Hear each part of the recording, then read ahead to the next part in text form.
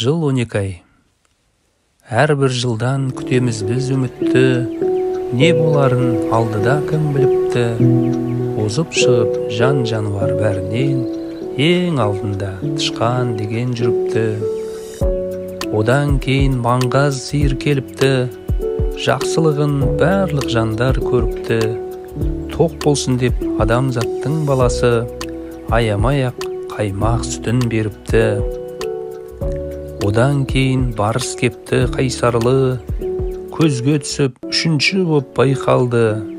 Мінезіңді бір көрсетіп өтесің, саған батпай жан жануар тайсалды. Одан кейін қоян келді жүгіріп, қарағанша зу өтеді өңіліп. Қысы жазы шапқылаумен жүреді, жыңғыл қурай тасаларда бұғынып. Одан кейін ұлу келер созылып, қалғып шұлғып асығыссыз көзіліп. Аяғыңның астында ол жүреді, таптап кетіп жүрмеңдерші кезігіп. Одан кейін жылқы келер жануар, қазақтың да жылқы тектес қаны бар. Тектілігі жылқыменен қазақтың бойларынан әр қашанда табылар. Одан кейін жылан келер ысқырып, елемейді еш нәрсені қыстырып. Сескенеді бәрі одан жоламай, кезіккенде қаласың ау тіксініп. Одан кейін қой келеді момақан, топан суың кеп тұрса да тобықтан. Маңғаздығы бұл жерде жоқ шіркіннің, пайдасы көп ел мен жұртқа соныққан.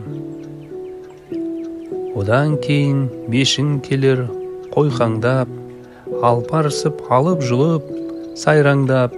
Адамзатқа үйір келер олдағы, бергеніңді аузыңа сап шайнаңдап. Одан кейін тауық келер қыт-қыттап, жаңа жылмен жұрттар жүр құтықтап. Тауықтың да пайдасы зор адамға, азық болар баға білсең тек мықтап. Одан кейін ит келеді жетірістің біреуі, мал мүлкіңнің күзетшісі тіреуі. Адамзаттың досы дейді оны да, иесінің амандығы тілеуі. Одан кейін доңыз келер қорсылдап, еш нәрседен тайсалмастан жарқылдап.